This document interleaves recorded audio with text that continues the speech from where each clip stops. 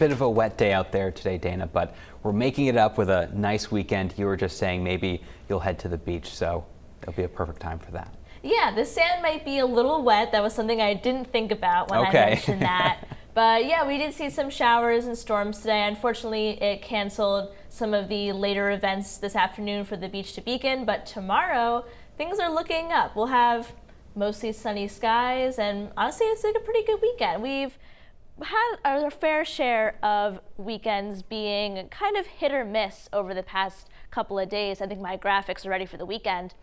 But if we look today, we had some showers moving through earlier, and they started to dissipate as we went later into the evening. But if you look just down to the south here, this storm went through the greater Portland area, and take a look at all that lightning. Almost looks like lightning soup. So it made a very nice lightning show earlier, but this system has since moved offshore, and the storms will continue to dissipate over the next couple of hours.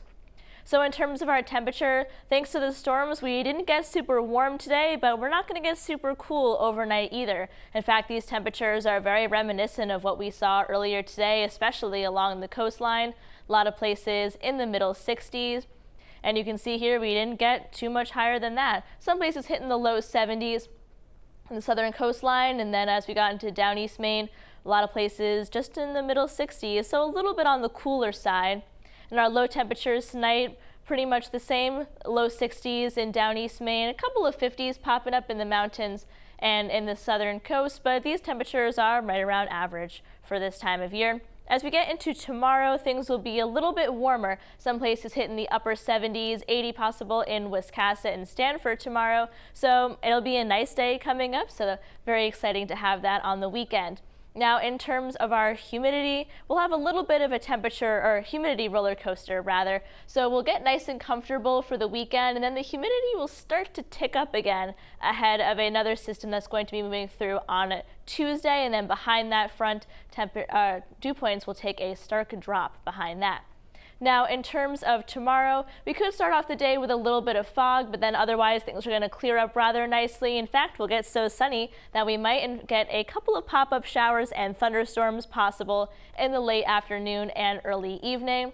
Then as we go into Saturday night, clear skies ahead, and that paves the way for a great Sunday and a great start to the week as well. We'll have a little bit of clouds begin to build up on Monday ahead of a system that's going to move through on Tuesday, but as we get into the weekend and closer to next week, we will take a closer look at that.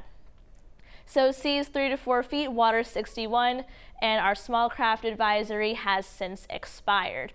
So for tomorrow, going to be a pretty nice day, relatively comfortable, warm, and we could have a couple of showers pop up in the afternoon, but they'll be isolated and scattered in nature.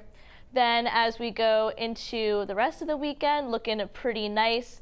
We start off next week on a nice note as well. Another system starts to trickle in for Tuesday. We'll time out that a little bit closer to Tuesday, and then the rest of the week looks pretty nice as well. So Alex, we've got a nice stretch of weather heading up, and I'm not sure if it can really compete with the kind of bad start we had to the summer, but you know, we'll take every nice day we can get. Definitely. Thanks, Dana.